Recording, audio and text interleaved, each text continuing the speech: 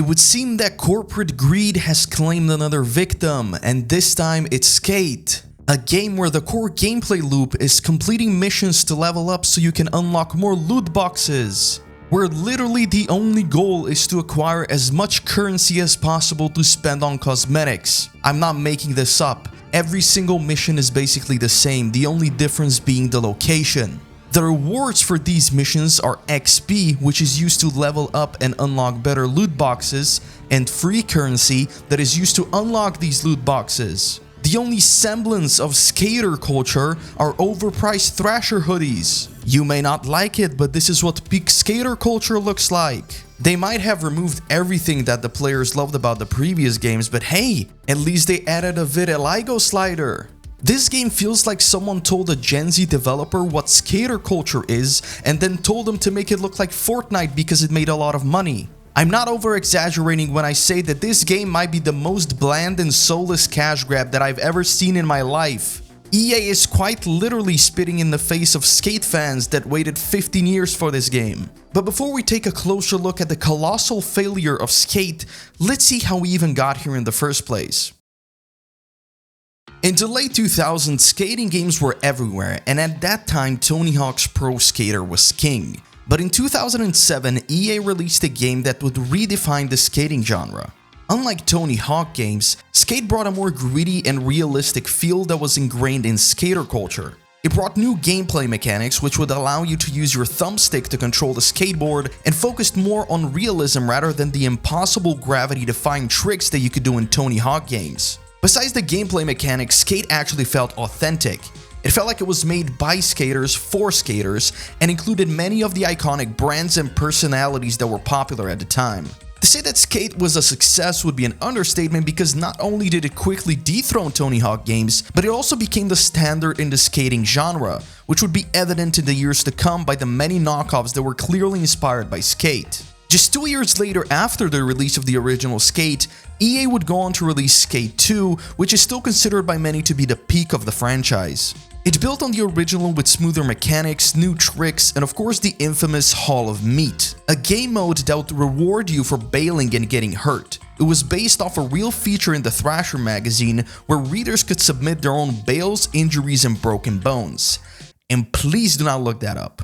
The world of Skate 2 felt bigger and more alive, and the challenges reflected the real skate culture, like filming skate videos and getting photos into magazines. The game felt truly authentic, which is why Skate 2 is still praised to this day as the peak of the franchise. However, just a year later in 2010, Skate 3 would attempt to change the formula. This time, instead of focusing on realism, it would aim to capture a wider audience by making the game more accessible to a wider range of players. Some fans missed the grittiness of Skate 2, but Skate 3 thrived because of timing. The game came out at the perfect moment, just as YouTube was blowing up, and the game leaned into that with replay editing, custom parks, and tons of shareable moments. The glitches and ragdoll physics became content gold, and Skate 3 ended up being the most commercially successful entry to the Skate franchise. Now you would think that breaking sales records would prompt such a greedy company as EA to release a new Skate game as soon as possible to capitalize on the popularity, but you would be very wrong. Make no mistake, EA was as greedy as ever, but at the time they had an even bigger cash cow: FIFA. So why invest in a niche skating franchise when you can make billions every year off microtransactions? And that is exactly why Skate 4 never saw the light of day. That was until 2020 when EA would go on to announce Skate. After 10 years of silence, we were finally getting the sequel we begged for. The developers promised transparency, community involvement, and promised that Skate was made for the fans. So what could go wrong? Well, for starters, the first red flag was that Skate is now a free-to-play live service game, which means microtransactions, loot boxes, and paywalls. To add insult to injury, the game looked like shit. It was nothing like the previous installments in the series. This time, the game looked like Fortnite. I don't know what kids are into these days, but this sure doesn't look like a gritty, realistic game made for skaters. And sure, you could say that graphics aren't everything and that the developer should have the freedom to create a more stylized game, but is this really what you want to be looking at? Does this really look like a game that was made by skaters for skaters? Are you seriously not sick of this flat corporate look that has been plaguing the gaming industry for years? And I could even look past the vomit-inducing art style if the game had any substance at all, but this game simply doesn't have any. While from a technical perspective, the gameplay is good, there is literally no reason to play this game besides getting pointless cosmetics. And a lot of people who are glazing this game online will tell you to just ignore the store and just skate around, which just goes to show how low the bar is today for a game released by a studio as big as EA. These people will eat anything up regardless of how bad it is. And I just really want to get this point across just to show how hollow this game really is. You can spend hours completing missions, leveling up, and unlocking loot boxes just to be rewarded with a plain black shirt. This is all that the gameplay loop in this game is. You complete missions, you get XP that goes towards leveling up the area of the city you are in, and when you level it up, it unlocks a higher tier of loot boxes. The second thing you get is a currency called RIP chips, which can only be used for opening these loot boxes. You can't use RIP chips for anything else. If you actually want to buy clothing items or skateboard parts, you will need to pull out mommy's credit card and buy a second currency called San Van Bucks. And if you thought you could pimp out your character or board with just a few bucks, you are sadly mistaken. Because just to purchase a set of wheels in this game, you will need to shell out at least $5. Because of course they wouldn't let you purchase just a single item that you want, no. You can only buy bundles of currency that are designed to make you buy more San Van Bucks than you actually need. And the prices of some of these bundles are insane. For example, if you wanted to buy this Grim Reaper bundle, it will cost you $30. $30 for a single outfit and a board. And again, before you start crying in the comments to just ignore the store and not purchase anything, I just want to remind you that you are nothing more than a dollar sign to EA. They see you as nothing more than a source of income, and you should feel offended by these prices.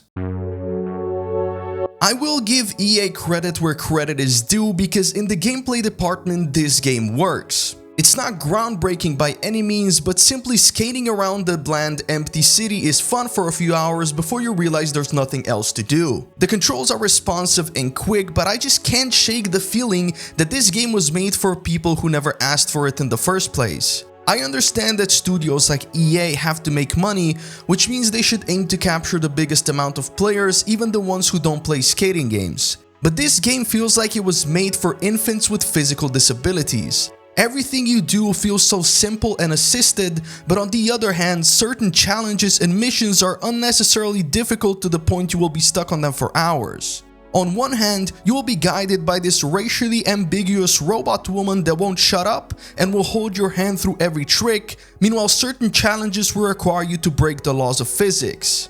The bottom line is, this game doesn't know who the target audience is. The marketing material and the developers say it's made for skaters and skate fans, but everything else screams that this game was made for barely sentient iPad kids. But I guess that's what you have to aim for when you want to make as much money as possible. My theory on this is that the original Skate team wanted to make Skate 4 years ago, but the higher-ups at EA didn't allow it because it simply wouldn't make enough money compared to their other cash cow franchises like FIFA. And when someone finally managed to convince EA to greenlight Skate 4, it had to be made according to their expectations at the time. And since Skate has been in development for at least 5 years, that would mean that development started in 2020, at the peak of the pandemic and the woke psyop. And all of that is still visible in the game today, with obese, uglified characters, vitiligo sliders, and the ability to give male skaters huge milkers. But the game being made in that time also bled into other areas, with the game being a free-to-play live service, always online slop, which was popular at that time, and we all know where those games are now.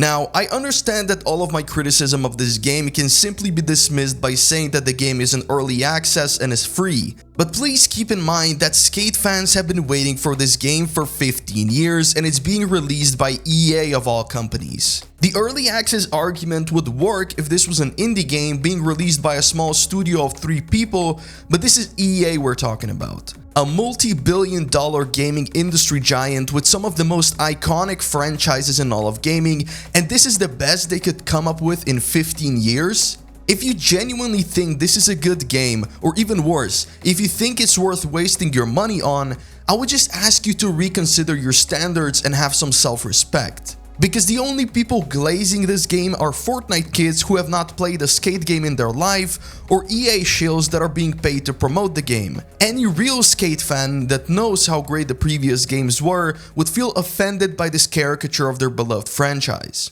And that is all I have to say. If you think I'm wrong and want to tell me how I'm wrong, please do so in the comments below. I will make sure to not read them.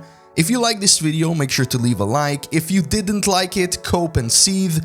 If for any reason you want to see more of this, subscribe to never miss another upload. Thank you for watching and goodbye.